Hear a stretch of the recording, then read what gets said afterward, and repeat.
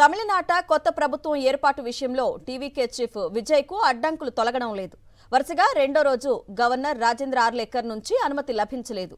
పూర్తి మెజారిటీ లేకుండా ప్రభుత్వ ఏర్పాటుకు గ్రీన్ సిగ్నల్ ఇవ్వడానికి గవర్నర్ నిరాకరించారు. స్థిరమైన ప్రభుత్వం అవసరమని స్పష్టం చేశారు. ఈ సందర్భంగా విజయ్కు గవర్నర్ పలు ప్రశ్నలు వేసినట్టు తెలిసింది. బుధవారం సమర్పించిన ఎమ్మెల్యేల సంఖ్యకు అదనపు బలం ఏమైనా పెరిగిందా? మెజారిటీ మార్కు 118 అయినప్పుడు 113 మందితో మెజారిటీ ఎలా నిరూపించుకుంటారు? ఈ సంఖ్యతో స్థిరమైన ప్రభుత్వం ఎలా ఏర్పడుతుంది? మీకు మద్దతు ఇవ్వడానికి ఇతర పార్టీలేమైనా ముందుకు వచ్చాయా అని అడిగినట్లు సంబంధిత వర్గాలు పేర్కొన్నాయి. 118 మంది ఎమ్మెల్యేల జాబితాను తనకు అందించాలని విజయ్ను గవర్నర్ ఆర్లేకర్ కోరినట్లు వెల్లడించాయి. దీంతో విజయ్ ప్రమాణ స్వీకారం ఆలస్యమయ్యేలా కనిపిస్తోంది. టీవీకే ప్రభుత్వ ఏర్పాటుకు గవర్నర్ అనుమతి ఇవ్వకపోవడంపై కాంగ్రెస్, సిపిఐ అసంతృప్తి వ్యక్తం చేశాయి. గవర్నర్ ఉద్దేశపూర్వకంగానే విజయ్ ప్రమాణ స్వీకారాన్ని అడ్డుకుంటున్నారని కాంగ్రెస్ మండిపడింది. బీజేపీ చెప్పినట్టు గవర్నర్ పనిచేస్తున్నారని ఆరోపించింది. ప్రజా తీర్పును గౌరవిస్తూ ప్రభుత్వం ఏర్పాటు చేయడానికి విజయ్కు అనుమతి ఇవ్వాలని గవర్నర్ను కోరింది సిపిఐ.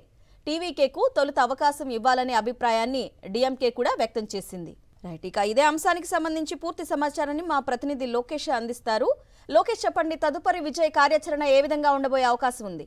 అరుణ, టీవీకే అధినేత విజయ్ ప్రభుత్వం ఏర్పాటుకు మార్గం సుగమం అయ్యింది అని అనుకునే లోపే ఒక షాక్ తగిలింది. రెండోసారి గవర్నర్ కలిసినటువంటి విజయ్ తిరిగి గవర్నర్ తన వద్ద ఉన్నటువంటి సంఖ్యాబలాన్ని ప్రశ్నించారు.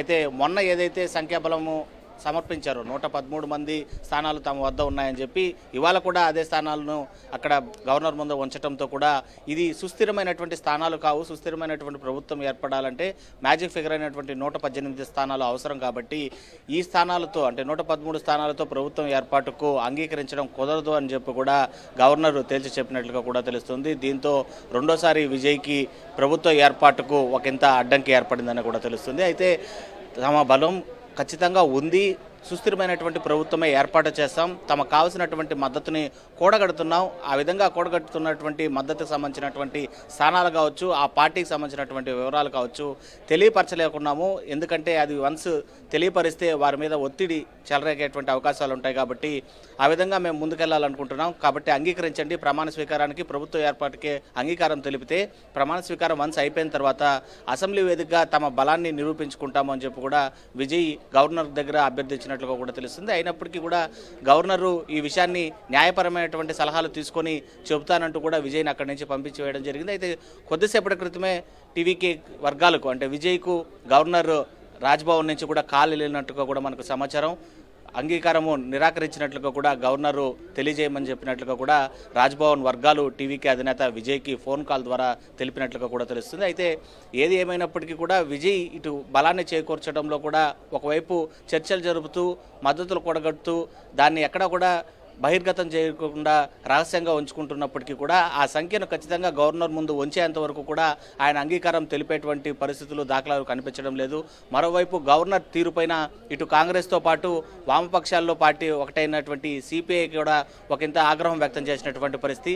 ప్రజాస్వామ్యబద్ధంగా ఏదైతే ఎన్నికల్లో లార్జెస్ట్ పార్టీగా 108 స్థానాలు సాధించినటువంటి విజయ్ టీవీకే పార్టీకి సంబంధించి గవర్నర్ ఖచ్చితంగా తానే ఆహ్వానించి ప్రభుత్వ ఏర్పాటుకు అవకాశం కల్పించాల్సి ఉంటే ఇటు విజయ్ 2 సార్లు అభ్యర్థించినప్పటికీ కూడా గవర్నరు నిరాకరించడం దానిపైన పూర్తి స్థాయిలో వాళ్ళు ఆగ్రహం వ్యక్తం చేశారు. ఇటు కేంద్రం బీజేపీ యొక్క మాటలనే ఇటు గవర్నర్ పలుకుతున్నారు అనేటువంటి అర్థం వచ్చే విధంగా కూడా ఇటు కాంగ్రెస్ కావచ్చు, అదేవిధంగా సిపిఐ కావచ్చు గవర్నర్ పైన ఒకంత ఆరోపణలు జారీ చేసినటువంటి పరిస్థితి కనబడుతుంది.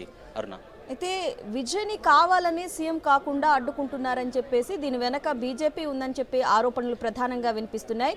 ఈ నేపథ్యంలో విజయ్ ఏ విధంగా ముందుకు వెళ్లే అవకాశం ఉంది? ఇతర పార్టీలు ఏవైనా మద్దతు సమాలోచనలు చేసే ఉందా లోకేష్?